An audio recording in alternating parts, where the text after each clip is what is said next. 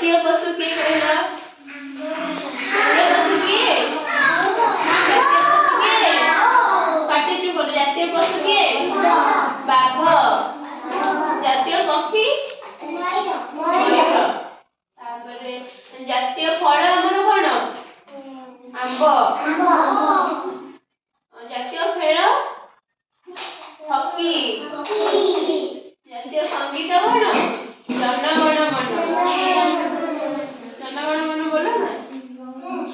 ଆଉ ଜାତୀୟ ଗୀତ? ବନ୍ଦେ ମାତରମ୍। କଣ?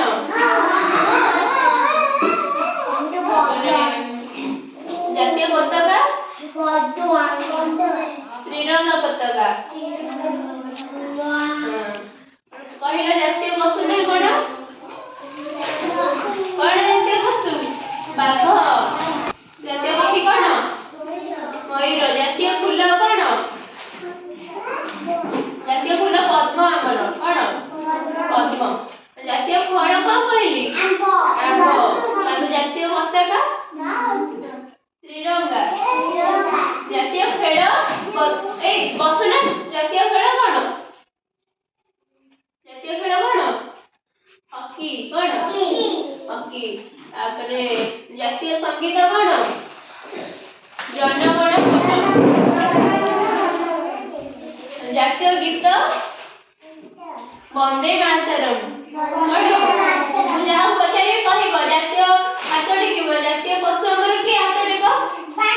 ବାଘ। ଜାତୀୟ ପକ୍ଷୀ? ଜାତୀୟ ଖେଳ କଣ? ହକି। ଜାତୀୟ ଫୁଲ କଣ? ଜାତୀୟ ଗୀତ କଣ? ବନ୍ଦେ ମାତରମ୍। ଜାତୀୟ ସଙ୍ଗୀତ? ଜନଗଣ ମନ। ଜାତୀୟ ପତାକା? ତ୍ରିରଙ୍ଗା। ଜାତୀୟ ଖେଳ କଣ? ହକି। ଜାତୀୟ ପକ୍ଷୀ? ମୟୂର। ଜାତୀୟ ଫଳ କଣ? ଆଉ କଣ ରହିଲା? ଆଉ ମୁଁ ଯାହା ପଚାରିବି କହିଦେବ? ତମେ ଠିଆ ହେଲ। ଜଣକୁ ଯାହା କହିଲି ସେଇ ହିସାବ ସମସ୍ତେ ବସି ପଡ। ଆସ ଏଠିକି ଆଇଲ। ଜାତୀୟ ପକ୍ଷୀ କଣ ଆମର? ବଡ ପାଟିରେ। ଜାତୀୟ ପକ୍ଷୀ? ମୟୂର। ଜାତୀୟ ପଶୁ? ବାଘ। ଜାତୀୟ ଫଳ କଣ? ଆମ୍ବ। ତାପରେ ଜାତୀୟ ପତାକା? ତ୍ରିରଙ୍ଗା। ଜାତୀୟ ଖେଳ କଣ? ହକି। ତାପରେ ଜାତୀୟ ଗୀତ କଣ? ବନ୍ଦେ ମାତରମ୍। କଣ? ଜାତୀୟ ସଙ୍ଗୀତ? ଜନଗଣ ମନ।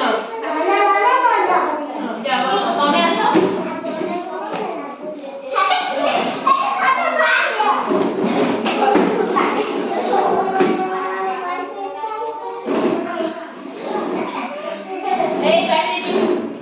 ଜାତୀୟ ଫଳ ନା କଣ? ଜାତୀୟ ପକ୍ଷୀ? ବଡ ପାଟିରେ। ଜାତୀୟ ପଶୁ? ଜାତୀୟ ପତାକା? ତ୍ରିରଙ୍ଗା। ଜାତୀୟ ଖେଳ କଣ? ହକି। ଜାତୀୟ ସଙ୍ଗୀତ? ଜନଗଣ ମନ। ଏଇ ବସନରେ ପଚାରିବି। ଜାତୀୟ ଗୀତ କଣ? ବନ୍ଦେ ମାତରମ୍।